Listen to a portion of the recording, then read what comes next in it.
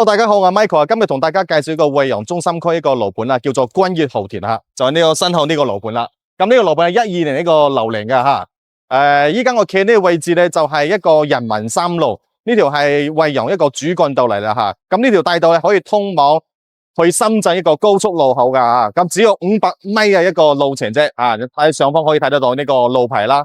咁我呢度咧去市場都更加近啦，就係在前面一個紅綠燈左轉就到一個裕興市場啦，買餸係非常之方便啊吓。咁呢個側邊呢度咧仲有一個學校，咁呢個學校咧係一個公立嘅一個小學啦，就係呢個向陽小學啦。咁讀書咧買餸咧都非常之方便啊吓。呢個係一個成熟一個區域啦。咁呢度仲可以睇得到好多樓盤啊，好似對面嗰度仲有一個博悦府嘅一個樓盤啦，新樓盤啦吓。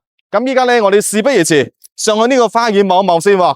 Hello， 大家好，我依家嚟到呢個公交車站啦吓。我帶大家睇下呢個要幾條線啦。咁總共有9條線，我主要講幾條比較重要啦吓。咁呢個咧係惠陽高鐵站嘅3條3啊，係接到呢個眾泰汽車站嘅吓。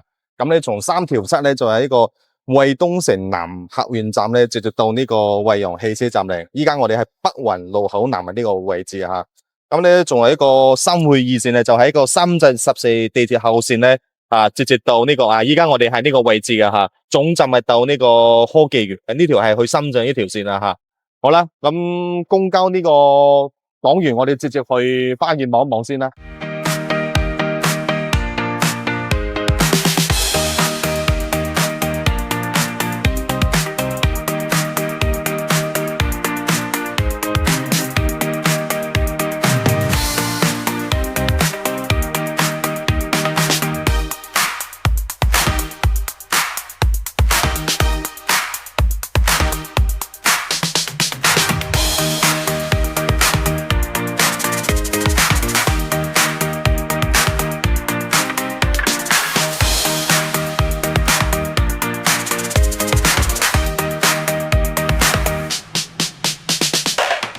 Hello， 大家好，我已經上嚟呢個單位啦吓。咁呢個戶型係一個雙龍鋪珠嘅一個戶型吓。咁我哋入嚟呢個入戶門就係呢個位置，然後咧佢係一個以前係開發商一個門嘅吓，係用嗰個鎖匙開嘅，但係佢呢個可以換一個密碼指紋碌下呢個密碼鎖吓。咁入嚟呢度咧，右邊就係一個洗手間同埋呢個一個玄關啦吓。咁呢個玄關咧係做咩咧？係可以做一個洗手盆同埋一塊一塊鏡啦。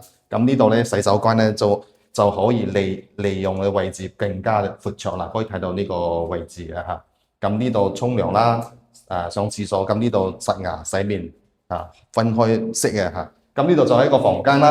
呢個房間大概係一個7個平方度嘅嚇。咁仲可以呢個飄台可以打走佢，打咗之後咧，呢個房間就可以增加到2個平方，都可以做一個9個平方都可以嚇。咁呢個視野非常之好啦，向南一個朝向嘅，可以睇到整個惠陽一個中心一個地區一個景色啦，採光啦都非常之靚啊！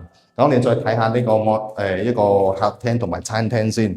咁呢個咧嚟到呢個位置就係一個客廳位置啦。咁呢個客廳呢個牆咧，其實可以全部打咗佢之後咧，呢度做一個背景牆做電視櫃，然後咧呢度就可以做一個衣櫃啦。咁呢個房間咧，利用嗰個空間咧更加的好啊嚇，更加好噶啦嚇。咁呢個就係頭先講到呢度咧，可以通鋪飄出去呢個陽台，通鋪飄出去咧，可以使呢個客廳更加闊綽、更加大啊！咁呢度我哋出嚟睇下先。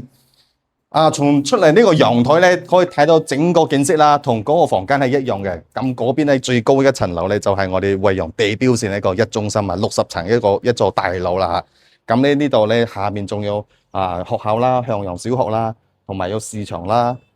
同埋咧嗰啲成熟一啲小區啦，咁嘅景色睇落去非常之靚啊嚇！咁我哋入嚟之後咧，再望一望其他功能間先。咁咧，我哋行到呢個位置咧，就係一個廚房啦嚇。咁呢個廚房咧，大概係3-4個平方度嘅嚇。呢度仲有一個窗戶係非常之通風嘅。但係依家呢套係毛坯房，所以睇到有啲暗。但其實咧裝修之後呢個光線係唔會咁暗嘅嚇。我哋出嚟呢個位置咧，仲有一個呢個位置咧，其實係可以做一個收納嘅一個餐座咁呢個收納咧好多咧可以咁樣貼落去，然後再打出嚟，咁呢度咧就可以利用嚟食飯啦嚇。所以呢個設計非常之靚嘅。咁嚟到呢個就係主人房啦。主人房呢度有一個玄關，咁呢度玄關呢個凹落去呢個玄關其實可以做啲櫃啦，係到頂嘅。咁呢度收納放啲嘢啦，又可以利用起嚟咯。咁入嚟呢度咧就係主人房啦。主人房咧呢度就係一個飄台啦。咁呢個飄窗嘅飄台可以打咗佢，打咗之後呢個房間大概有9個幾平方嘅，咁要顯得呢個房間唔會細。然後對面嗰度可以再做一個一門到底一個衣櫃。咁呢套房咧就靚啦，而且每個房兩個房間都係向南，包括陽台都係向南，3個地方都係視野非常之廣闊綽嘅，唔會要遮擋嘅嗬。咁我哋總結下呢套房先，呢套房嘅總面積係63平方嘅嚇，總價係25萬，性價比非常之高啊嗬，首付3萬，貸款22萬，月供係968嘅嚇。咁呢套房咧，大家覺得值唔值得入手買咧？可以喺我下方嘅評論區可以評論一下，或者加我上方嘅一個微信或者 WhatsApp 啦嚇。咁呢就到呢度先，大家拜拜。